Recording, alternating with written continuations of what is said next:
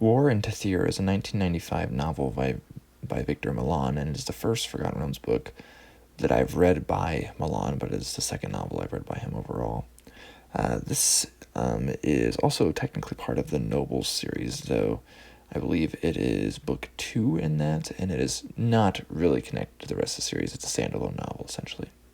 So, you could start reading Forgotten Realms here, so enjoy this review. This starts in 1366 DR, during the long civil war in Tethyr caused by the resulting interregnum from the death of the royal family in 1347. We are introduced to a few characters, those that will form the party for the main chunk of the story. First is Scab, whose dream of flying before falling into a pit. When the monster opens the book, Scab awakes to a kick as she needs to work. The grimy urchin muses on how the man who kicks her likely doesn't know she's a girl in her early teens. Scab also is a fledgling mage, or rather beyond her work as a stable hand.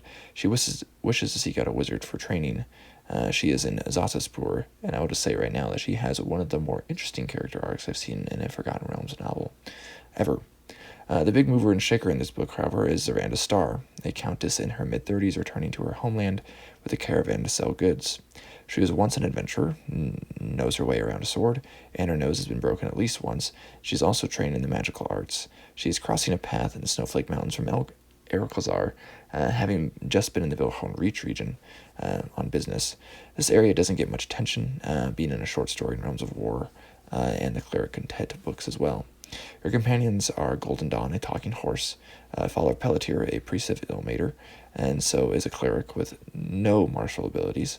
And then we have Vander Stillhawk, a human ranger, raised by elves and dumb since orcs cut out his tongue as a child.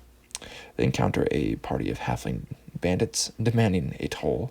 They are saved from this encounter by another party member, Farlorn Half-Elven. They go to Castle Morninggold, which is Zoranda's home. A bugbear chamberlain, an orc follower of Torm, worshippers of Ao, which is weird, and of course Leo, Elminster's scribe. The last one is pretty important as well for this story if you know anything about it, which I was vaguely familiar with before reading this resolution in a sense. Also, Chenowin, who has quite the character arc.